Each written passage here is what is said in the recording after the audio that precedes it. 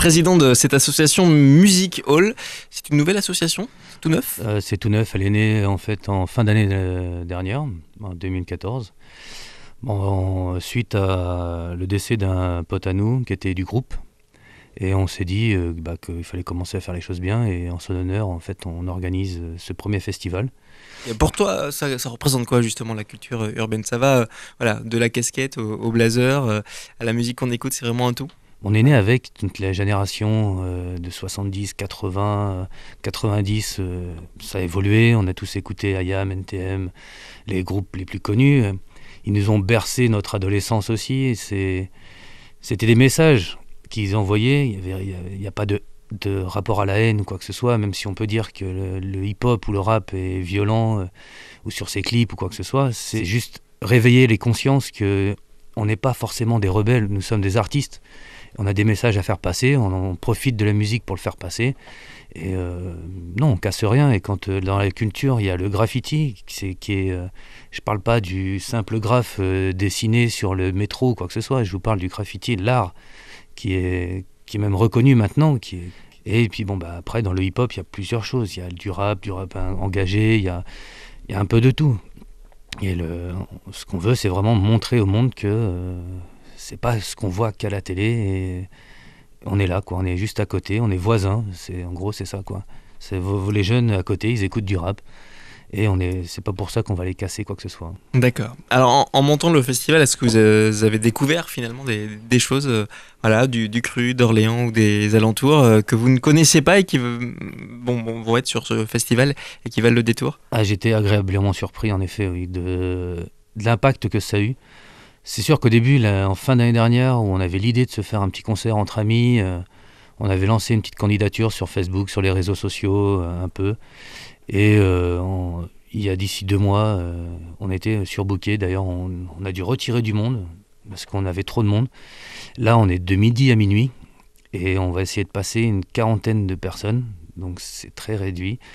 20 minutes, on va essayer de jouer quoi, un peu le truc, en sachant qu'il y a les changements de plateau, des DJ, et ainsi de suite. Donc ça, on sait que c'est compliqué. On se lance dans une aventure qui est compliquée. Mais en même temps, c'est le partage, c'est la bonne ambiance. Tous les artistes sont contents, c'est très bien. Après, ceux qu'on n'a pas pu prendre pour cette fois-ci, ils sont retenus pour, si on peut, organiser un autre festival plus tard et pourquoi pas sur plusieurs jours. En tout cas, vous aviez envie de mettre une patte aussi, au-delà de la programmation, 40 artistes en peu de temps, c'est quelque chose qui ne se fait pas forcément. Voilà, il faut un univers pour que ce festival se fasse sa place dans le paysage orléanais au moins. Oui, pour avoir une place, oui, c'est sûr qu'on a beaucoup de refus, parce que là, on marche beaucoup sur le sponsor, beaucoup d'aide, parce qu'on n'est qu'une petite association. Là, actuellement, dans notre association, on est une dizaine. Et oui, en effet, on a besoin de staff, on a besoin de sécurité, on a besoin d'ingé son, on a besoin de tout le monde. Et on a essuyé beaucoup de refus, parce que c'est notre première, donc les gens nous testent un peu. Mais d'un côté, on a des gens qui nous suivent et qui sont comme DTMC Productions, qui sont toujours là derrière nous. On a la Fracama, dès que j'ai un problème, j'appelle Boris, et c'est réglé dans peu de temps. On a beaucoup de soutien, j'ai la famille, les amis, puis les artistes aussi, de leur côté, se démènent pas mal quoi, pour nous. Voilà. Et donc à l'heure où on supprime beaucoup de festivals, tu prouves avec l'association que c'est possible de quand même créer et d'amener quelque chose de nouveau. C'est sûr que sur les subventions d'État, on peut en parler sur tous ces festivals qui ferment.